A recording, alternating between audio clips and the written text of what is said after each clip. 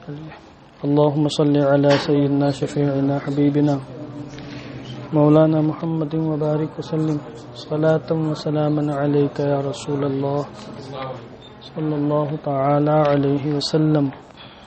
اعوذ باللہ من الشیطان الرجیم. بسم اللہ الرحمن الرحیم. باب فی الصلاۃ علی اہل القبلہ. یہ باب آپ کا چل رہا ہے اور یہ کتاب الجنائز کا باب ہے. گھر جاتے جاتے میں نے اس کی ایک حدیث پاک پیش کر دی تھی، اسی سے ملتی جلتی بلکہ بعین ہی وہی حدیث پاک دوسری سند کے ساتھ آ رہی ہے، کچھ حذف و اضافے کے ساتھ. کہتے ہیں حدثنا عمار بن خالد الواسطی وسہل بن ابی سہل قال حدثنا یحیی بن سعید عن مجاہد عن عامر عن جابر. حضرت سیدنا جابر رضی اللہ تبارک و تعالی عنہ سے مروی ہے. وہ کہتے ہیں مات رأس المنافقین بالمدینہ، مدینہ منورہ میں رأس المنافقین ہلاک ہو گیا، مر گیا. کون یہ ہے رأس المنافقین؟ عبداللہ ابن ابی ابن سلول، جو رأس المنافقین کے نام سے جانا جاتا تھا. اس کا نفاق معروف و مشہور بھی تھا. جب یہ مرا تو اس نے وصیت کی. کیا وصیت کی؟ وَأَوْصَىٰ أَن يُصَلِّيَ عَلَيْهِ النَّبِيُّ صلی اللہ علیہ وسلم وَأَن يُكَفِّنَهُ فِي قَمِيصِهِ. اس نے دو وصیتیں کی. ایک یہ کہ رسول پاک صلی اللہ علیہ وسلم اس کا جنازہ پڑھائیں اور اپنی قمیص مبارک میں اس کو کفن دیں. یہ اس نے وصیت کی.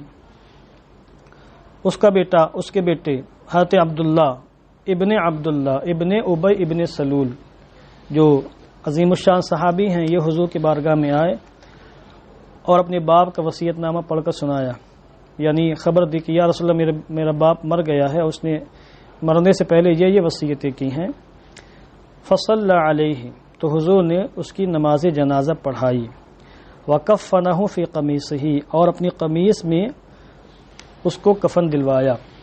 اور اس کے بارے میں باقاعدہ اس سے پہلے جو حدیث پاک مذکور ہوئی اس میں تفصیل بیان کی گئی ہے کہ حضور نے ایسا کیوں کیا.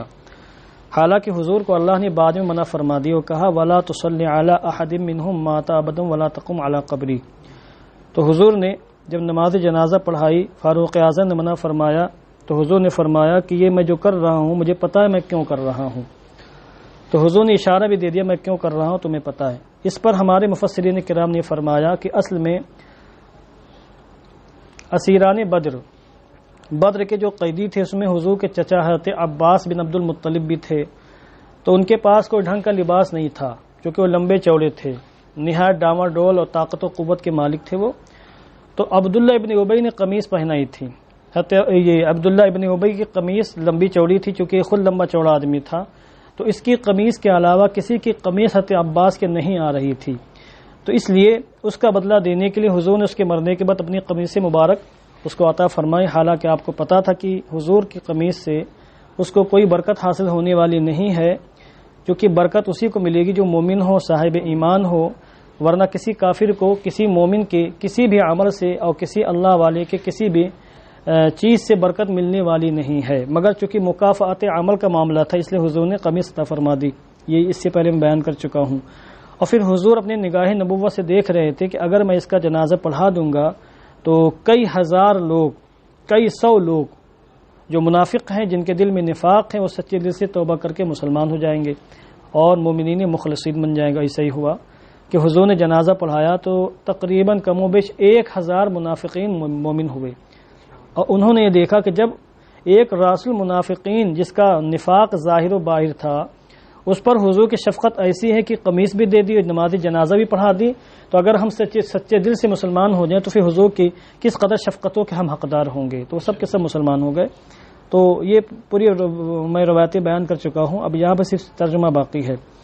تو میں نے یہ بھی کہا تھا کوئی اس سے استدلال نہیں کر سکتا کہ ہر اہل قبلہ کے جنازہ پڑھا جائے گا جو بھی مومن ہو، جیسا کہ آج جو ہے فرقہ بجنوریہ کے لوگ یا اس قسم کے جو لوگ ہیں وہ اس طرح کی باتیں کر رہے ہیں کہ جو بھی اہل قبلہ تکفیر نہ کی جائے، ان کا جنازہ پڑھا جائے، ان کے ساتھ مسلمانوں جیسا معاملہ کیا جائے، یعنی صلح کلیت کو مکمل طریقے سے پھیلا رہے ہیں، وہ لوگ اس طرح کی روایتوں سے استدلال نہیں کر سکتے ہیں۔ کیوں نہیں کر سکتے ہیں؟ کہ حضور کو اللہ نے منع فرما دیا، وَلَا تُصَلِّ عَلَىٰ أَحَدٍ مِّنْهُمْ مَاتَ أَبَدًا وَلَا تَقُمْ عَلَىٰ قَبْرِهِ۔ تو یہ حکم صرف حضور ہی کے لیے نہیں تھا، دیگر صحابہ کے لیے، حضور کے صحابہ کے لیے، پھر ان کے واسطے سے ہم سب اسی میں داخل ہیں، اور قیامت تک آنے والے تمام مسلمان اس کے مخاطب ہیں۔ تو کہتے وقام علی قبرہ، اس کے بعد فانزل اللہ ولا تصلی علی احد منهم مات ابدا ولا تقم علی قبرہ، تو اللہ نے یہ آیت کریمہ نازل فرمائی۔ اب آگے دیکھیے، حدثنا احمد بن یوسف السلمی حدثنا مسلم بن ابراہیم حدثنا الحارث بن نبہان عن عتبة بن یقظان عن ابی سعید عن مکحول عن واثلة بن الاسقع قال قال رسول اللہ صلی اللہ علیہ وسلم صلو علی کل میت یا میتن، اب دونوں پڑھ سکتے ہیں، تخفیف کے ساتھ میتن اور تشدید کے ساتھ میتن، وجاہدوا مع کل امیر، ہر مرنے والے فوت شدہ شخص کا جنازہ پڑھو، اس کی نماز جنازہ پڑھو، اور ہر امیر کے ساتھ جہاد کر لیا کرو، یہ حضور نے ارشاد فرمایا۔ یہاں پر یہ جو عام ہے، عام مخصوص منہ البعض ہے، اس سے مراد صرف مسلمان ہے، جو بھی مسلمان ہو اس کا جنازہ پڑھا جائے گا، چاہے کتنا ہی گھٹیا قسم کا مسلمان ہو، جنازہ پڑھا جائے گا، بشرطے کہ مومن ہو، برائے نام مسلمان نہ ہو، اس کا ایمان باقی ہو، مرتد نہ ہو، منافق نہ ہو، یعنی اس کا ایمان ثابت ہو، اور کوئی بھی ایسا عمل اس سے صادر نہ ہوا ہو اور ایسی بات اس کی زبان سے صادر نہ ہوا ہو جس سے ایمان کا جنازہ نکل جاتا ہے، یعنی جو شخص بھی مومن ہے اس کا جنازہ پڑھا جائے گا، یہ کہنا چاہتے ہیں حضور۔ اور ہر امیر کے ساتھ، ہر حاکم کے ساتھ، ہر بادشاہ کے ساتھ یا ہر خلیفہ کے ساتھ جہاد کر لیا کرو۔ مراد یہ کہ تمہارا امیر چاہے گورا ہو، چاہے کالا ہو، حبشی ہو، چاہے کہیں کا بھی ہو، اگر وہ تمہارا امیر ہے تو پھر اس کے خلاف بغاوت مت کرو، اس کی موافقت کرو، اس کے ساتھ جہاد کر لیا کرو، تاکہ امت میں انتشار پیدا نہ ہو، اختلاف پیدا نہ ہو۔ اور آپ نے باقاعدہ کئی روایتیں ایسی موجود ہیں جہاں آپ نے بیان فرمایا تمہارا امیر اگرچہ کوئی حبشی کالا کلوٹا شخص ہی کیوں نہ ہو، اس کی اطاعت کرو، اس کی پیروی کرو، یعنی جس کی امارت پر اور حکومت پر مسلمان متحد ہو جائیں تو پھر کسی اس کے ذاتی وصف کی بنیاد پر اس کے خلاف بغاوت مت کرو، ورنہ مسلمانوں میں انتشار ہوگا، افتراق ہوگا، اور حضور نے اتحاد کا حکم ارشاد فرمایا ہے۔ آگے دیکھیں حدیث پاک، حدثنا عبداللہ بن عامر بن کیا گیا رضالتا حدثنا شریک بن عبداللہ عن سماک بن حرب عن جابر بن سمرہ ان رجلا من اصحاب النبی صلی اللہ علیہ وسلم جرح، حضرت جابر فرماتے ہیں کہ حضور کے ایک صحابی زخمی ہو گئے اور سخت ترین زخمی ہو گئے، فآذته الجراحۃ، تو زخم نے ان کو سخت تکلیف پہنچائی، ناقابل برداشت، وہ برداشت نہ کر سکے، فدب الی مشاقص فذبح بها نفسه، تو جہاں پر وہ زخمی حالت میں پڑے ہوئے تھے گھر میں یا کہیں بھی، تو آس پاس تیر پڑے ہوئے تھے، مشاقص یہ مشقص کی جمع ہے، مشقص کی جمع، تیر کا جو پیکان ہوتا ہے، تیر کا جو اوپری حصہ ہوتا ہے جو بھگتا ہے، چبھتا ہے، اور جس کے ذریعے سے چیزوں کو کاٹ دیا جاتا ہے، اس کے اندر باقاعدہ نوک ہوتی ہے اور تیزی ہوتی ہے، تو وہ تیروں کی جانب گھسٹتے ہوئے گئے، دبا یا دبو کا معنی ہوتا ہے گھسٹنا، اور پیروں کے بھی چلنا بھی ہوتا ہے، فذبح بها نفسه، تو ان کے ذریعے خود کو ذبح کر دیا، یعنی خودکشی کر لی۔ صحابی تھے مگر زخم برداشت نہ کر سکے تو انہوں نے نجات حاصل کرنے کے لیے خودکشی کر لی۔ خودکشی کرنا مذہب اسلام میں سخت ترین حرام و ناجائز ہے، اور ان سے یہ عمل صادر ہو گیا۔ فلم یصلی علیہ النبی صلی اللہ علیہ وسلم، جب حضور کو معلوم پڑا تو آپ نے ان کا جنازہ نہیں پڑھایا، ان کی نماز جنازہ نہیں پڑھی۔ قال، راوی کہتے ہیں حضور نے جنازہ کیوں نہیں پڑھا کیا؟ اس وجہ سے کہ وہ منافق تھے یا کسی اور وجہ سے؟ تو آگے بیان فرماتے وکان ذالک منہ ادبا، یہ جو عمل حضور سے صادر ہوا یہ بطور ادب کے صادر ہوا، یعنی آپ نے تعلیم امت کے لیے اور امت کو ادب سکھانے کے لیے جنازہ نہیں پڑھا۔ تو اس سے ہم کو مسئلہ معلوم ہوگا کہ جو انسان خودکشی کر لے تو جنازہ تو اس کا ہوگا، مگر عام مسلمان اس کا جنازہ پڑھیں گے۔ علماء اور مشائخ کرام کو چاہیے کہ اس کے جنازے سے کنارہ کشی اختیار کریں اور باقاعدہ بتا بھی دیں کہ ہم جنازہ اس کے کیوں نہیں پڑھ رہے ہیں، تاکہ لوگوں کی عبرت حاصل ہو، کوئی شخص خودکشی کرنے کی کوشش نہ کرے، سمجھا؟ میں نہیں جاتا ہوں. مجھے پتہ چل جائے کہ اگر کسی نے خودکشی کی ہے، آج تک تو ایسا ایک ہی بار معاملہ پیش آیا ہے، میں نہیں گیا جنازہ پڑھانے کے لیے. جنازہ ہوا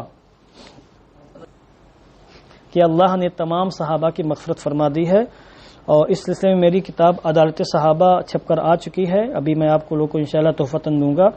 مجھے 12 تاریخ کو جانا تھا اور 11 کی رات میں کتابیں آئی ہیں، تو میں نے صرف صدر عالم کو ہمارے پاس آئے تھے تو ان کو میں نے کتاب تحفتاً سب سے پہلا ان کو تحفہ دیا تھا.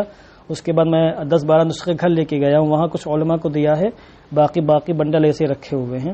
اس میں بھی میں نے ثابت کیا اس مسئلے کو آیات قرآنیہ کے ذریعے سے، تمام صحابہ کرام کے عدالت کو، ثقافت کو، ان کے عظمت و شان کو، حتیٰ کہ بد مذہبوں کی کتابوں سے بھی، یعنی خود رافضیوں کی کتابوں سے بھی اس کو ثابت کیا ہے.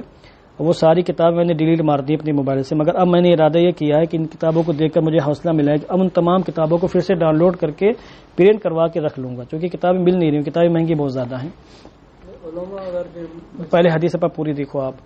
تو وکان ذالک منہ ادبن، تو یہ چیز بطور ادب کی تھی، یعنی حضور نے امت کو ادب سکھایا کہ جو شخص خودکشی کر لے اس کا جنازہ مخصوص لوگ نہ پڑھیں، خواص میں سے کوئی بھی اس کا جنازہ نہ پڑھے، عام لوگ اس کا جنازہ پڑھنا چاہیں تو پڑھ لیں، اور جنازہ تو پڑھا جائے گا، یوں ہی اس کو دفنایا نہیں جائے گا. چونکہ گناہ کبیرہ ضرور ہے خودکشی کرنا، مگر خودکشی کرنا کفر نہیں ہے. جب تک انسان کا ایمان برقرار ہے، چاہے وہ سڑا ہوا بدبودار ہی کافر کیوں نہ ہو، وہ مسلمان کیوں نہ ہو، مگر اس کا جنازہ پڑھا جائے گا، چاہے بدترین فاسق و فاجر ہو، جب تک اس کا ایمان ثابت ہے اور ایمان کے خلاف اس کا کوئی عمل ظاہر نہیں ہوا ہے.